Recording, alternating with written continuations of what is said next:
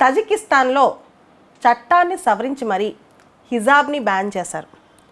Tajikistan అధ్యక్షుడు ఇమోమాలి రెహమాన్ ఎప్పటి నుంచో ఫారెన్ క్లాతింగ్ గురించి నెగిటివ్గానే స్టేట్మెంట్స్ ఇస్తున్నారు.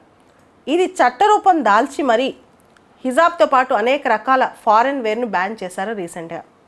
అసలు తజికిస్తాన్లో ఏం జరుగుతుంది, తజికిస్తాన్ కథ ఏంటి ఒకసారి చూద్దాం. తజికిస్తాన్లో చట్టాలు సవరించి మరీ రిలీజియస్ విషయాలు పబ్లిక్లో క్లోతింగ్ విషయంలో కనిపించకూడదని చెప్పి కఠినమైన ఫైన్స్ విధిస్తారంట. ఇక నుంచి మతపరమైన క్లోతింగ్ మనం వేసుకుంటే ఇదంతా కూడా అక్కడ పొలిటికల్ పవర్ సెంటర్ చుట్టూ తిరుగుతుంది. 1994 నుంచి ఇప్పటి వరకు కూడా గత 30 సంవత్సరాల నుంచి ఇమోమాలి రెహమాన్ తజికిస్తాన్ని పరిపాలిస్తున్నారు. తజికిస్తాన్ మనందరికీ ఐడియా ఉంటే 1991కు ముందు సోవియట్ రష్యాలో భాగంగా ఉండేది. 91 తర్వాత సోవియట్ రష్యాలోంచి తజికిస్తాన్ కూడా వచ్చేసింది బయటికి. ఇమోమాలి రెహమాన్ ఇప్పుడున్న ప్రెసిడెంట్ వాళ్ళ నాన్నగారు యుఎస్ఎస్ఆర్లో ఉన్నప్పుడు సెకండ్ వరల్డ్ వార్లో రెడ్ ఆర్మీలో పనిచేశారు, సోవియట్ ఆర్మీలో పనిచేశారు. ఇమోమాలి రెహమాన్ కూడా మొదట్లో 1991, 92, 93 ఈ టైంలో తజికిస్తాన్లో అంతర్యుద్ధం జరిగింది, సివిల్ వార్. దానిలో సోవియట్ సింపథైజర్గా ఉన్నారు. బేసికల్గా ఈయన కొంతకాలం 1991 to 94 కమ్యూనిస్ట్ పార్టీ ఆఫ్ తజికిస్తాన్లో కూడా పనిచేశారనమాట. ఈ ఇమోమాలి రెహమాన్ నేను ఒక సెక్యులర్ పార్టీ పెడతాను, సెక్యులరిజం తీసుకొస్తాను అని చెప్పి people's democratic party of Tajikistan స్థాపిస్తారు 1994లో. అప్పటి నుంచి కూడా ఇప్పటి వరకు ఆయనే ప్రెసిడెంట్.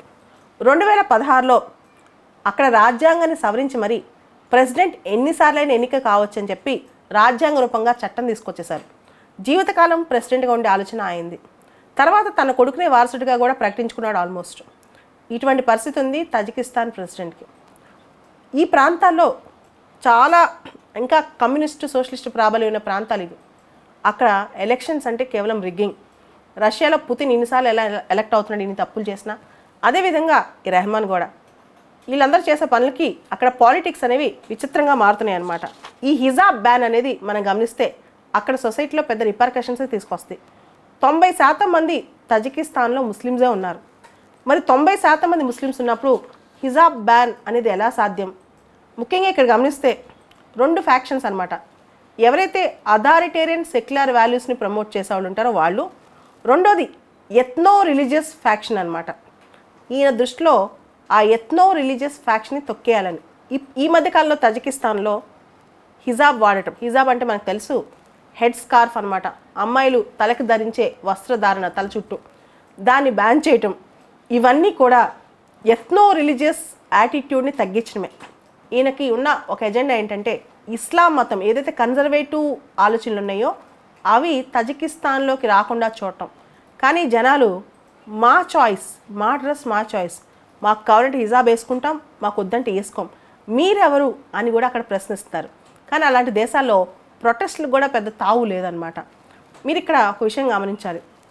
పక్కనే దగ్గరలో ఉన్న మరో ఇస్లాం దేశం మనం గమనిస్తే ఇరాన్లో అక్కడ స్టేట్ మీరు హిజాబ్ వేసుకోవాల్సిందే లేకపోతే శిక్షలు అని చెప్తుంది.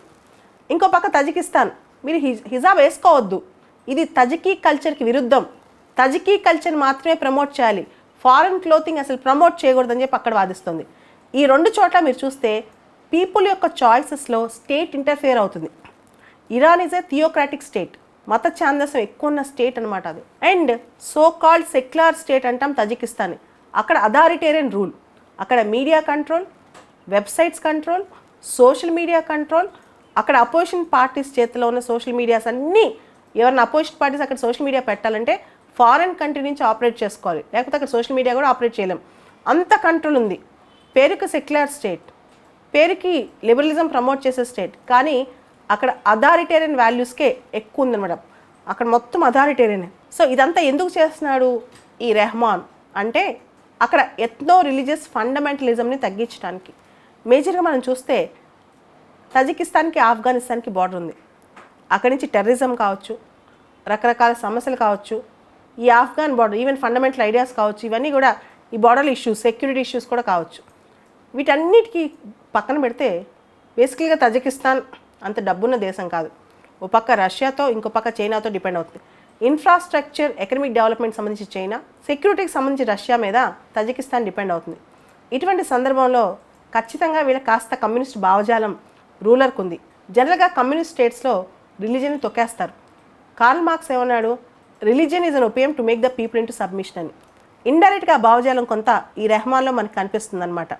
అయితే ఇక్కడ సెక్యులరిజం అంటే మన చాయిస్, మన మతం, దాంతోపాటు ఇతరులకు ఇబ్బంది కలిగించినంత వరకు మన మతాచారాలు మనవే. స్టేట్ ఎవరు హిజాబ్ వేసుకుంటే ఫైన్ వేయటానికి, స్టేట్ ఎవరు హిజాబ్ వేసుకోవద్దని చెప్పడానికి లేదా వేసుకోమని చెప్పడానికి, అది ఇరాన్ కావచ్చు, ఇక్కడ తజికిస్తాన్ కావచ్చు. అంటే ఇక్కడ క్లాష్ ఆఫ్ కల్చర్స్ మనకు కనిపిస్తుంది. దాంతోపాటు సివిలైజేషనల్ ఇష్యూస్ కనిపిస్తున్నాయి. దాంతోపాటు మనం చూస్తే అథారిటేరియన్ స్టేట్ ఎలా బిహేవ్ చేస్తుంది, థియోక్రటిక్ స్టేట్ ఎలా బిహేవ్ చేస్తుంది పీపుల్తో. సెక్యులరిజం అంటే ఏంటి? మనం సెక్యులరిజం 2 రకాలుగా చూసుకుంటాం, negative secularism and positive secularism. Negative secularism అంటే state is different from religion and state ఏ రిలీజన్ని ప్రత్యేకంగా ప్రోత్సహించుతో రిలీజన్తో స్టేట్ దూరంగా ఉంటుంది. పాజిటివ్ సెక్యులరిజం అంటే స్టేట్ అన్ని రిలీజన్స్ని ఈక్వల్గా ప్రొటెక్ట్ చేస్తే, అన్నిటికీ అవకాశాలు ఇస్తే, అన్నిటికీ స్పేస్ ఇస్తుంది. ఇండియన్ సెక్యులరిజంని పాజిటివ్ సెక్యులరిజం అంటాం, వెస్ట్రన్ సెక్యులరిజంని నెగిటివ్ సెక్యులరిజం అంటాం. సోకాల్డ్ తజికిస్తాన్ ప్రెసిడెంట్ రహమాన్ ఈయన తను సెక్యులర్ అని చెప్పుకుంటూనే ప్రజల మీద ఆంక్షలు పెడుతున్నారు, నువ్వు అది వేసుకోవద్దు, ఇది వేసుకోవద్దని. సెక్యులరిజం అంటే వాళ్ళ డ్రెస్ వాళ్ళ చాయిస్, వాళ్ళ కల్చర్ వాళ్ళ చాయిస్, వాళ్ళ రిలీజన్ వాళ్ళ చాయిస్. ఇదే broader understanding and broader meaning of secularism అనమాట. సో ఇలాంటివి చుట్టుపక్కల దేశాలు మనం గమనిస్తుంటే ఇవన్నీ ఇక్కడ క్లాషెస్ కనిపిస్తుంటాయి, కల్చర్ కానీ సివిలైజేషన్ కానీ. ఇవన్నీ 90% ముస్లిమ్స్ ఉన్న దేశంలో వాళ్ళ చాయిసెస్ వాళ్ళ ఇష్టం. ఇదే ఇప్పుడు తజికిస్తాన్లో ఎదురవుతున్న పెద్ద ఇష్యూ. కానీ కమ్యూనిస్ట్ దేశాల్లో ఎలక్షన్స్ అనే రిగ్గింగే. ఈయన ఇంకా 10 ఏళ్ళు ఉన్నా ఆశ్చర్యపోవాల్సిన అవసరం లేదు, వాళ్ళ కొడుకు నెక్స్ట్ వచ్చినా ఆశ్చర్యపోవాల్సిన అవసరం లేదు. కానీ ప్రజల హక్కుల్లో మాత్రం వీళ్ళు చొరబాటు చేసుకుంటున్నారనే మాట వాస్తవం.